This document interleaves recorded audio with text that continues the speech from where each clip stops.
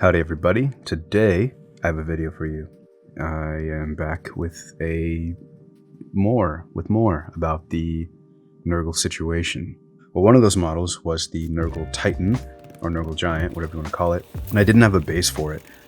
The main body of it was a hill giant from, one of those D&D specific miniature companies. Basically, it came with a small base and it didn't really work out with the tentacle that I added, so I needed to get a bigger base, and I also needed to gather supplies. I gotta be entirely honest with you, I don't really remember what temperature or how long I had these in the oven for, but there are actually a lot of different resources online, so yeah, I imagine you could find the right temperature and the right duration for what you are working with.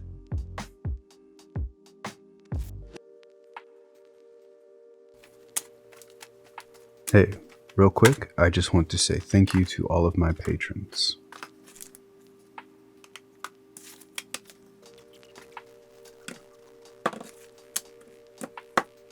I gathered some of the supplies that I thought I would need when making this base, but I didn't end up using a lot of these tools at all. In fact, I just decided I wanted to whip up some of my own ground texture. If you're curious about the ingredients I'm using, then here is a list. However, as you will be able to see, I did not measure the ingredients at all. I didn't measure them individually or as a whole. I just sort of eyeballed it and knew that I wanted to make a little bit more than I needed just in case. But I'll let the video play out so that you can see approximately how much of each thing that I'm adding. It's going to really be up to you to determine how much you want to add to each one and how thick or thin you want this recipe to be.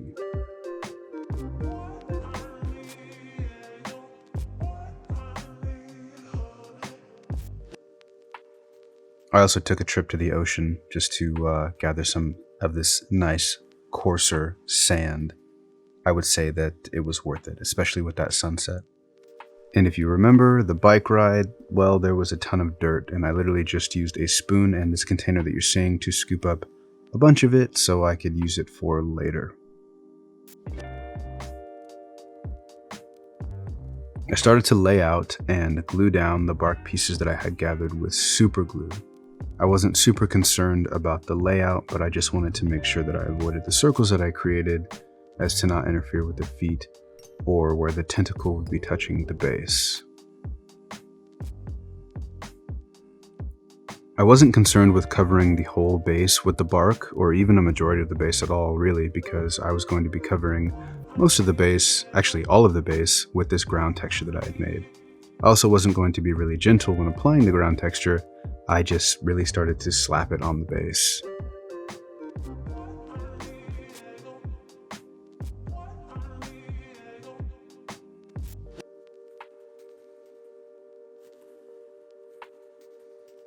Of course, I cleaned up the rim of the base. I am a rim base purist, and so I needed it to be clean so that when I painted it black, it would look very nice. Don't judge me. Going with the Nurgle theme, I needed some kind of worm / intestine / tentacle thing going on. So I turned to Sculpey because I felt like that was going to be the best for me personally. This is Sculpey 3, and the color doesn't really matter. It just comes in a bunch of different colors. I picked out gray and white because that's what they had at the store. I did not invent rolling this on a comb. In fact, I don't even remember where I saw this from. I'm sure there are tons of different people who use this method of rolling out clay on a comb to get some kind of texture on it. I simply am doing it, and it works really well for me. And with these longer pieces, I just moved the clay down a little bit on the comb because the comb isn't super long, and I didn't really care if some of the texture got messed up because it's going to be nasty and it's going to be painted and glossy and pretty gross.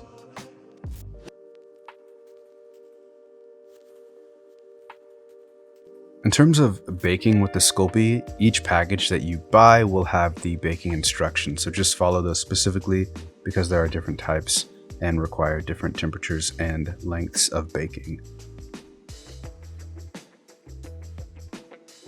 And I'll be honest, I am not in any way, shape, or form a teacher when it comes to painting or even building. I'm just simply taking you through the steps that I took to get to this point. So in terms of this paint job, I used a lot of different colors. As you can see, I used a wet palette and it is muddled with colors. And I just went for it. Browns, reds, grays, even some greens and blues on the actual guts and filthiness itself, just to tie in some warmer colors.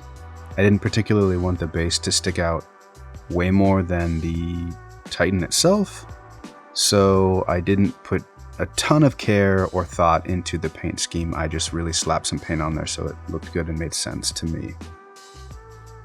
Okay, time for some semi-serious talk. I've been running my Instagram for a couple of years now. It's been going really great and I love it. And I've been running this YouTube now for just about 2 months or so, and I've been loving that as well. As a, I guess, content creator or maker or artist, there's always pressures that you put on yourself to produce better work or more work, or there's always some kind of caveat when you're doing something.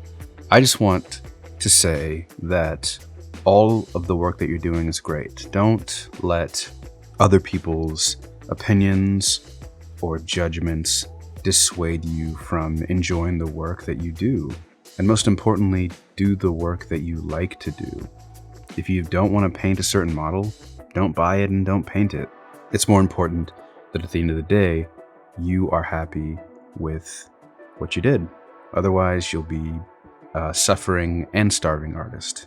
I realize not everyone's a starving artist who's an artist, but you know, I just thought it'd be funny to put that in there. Anyways, if you enjoyed this video, be sure to like and subscribe so that I know to make more like this. Alright, have a good day. Peace out.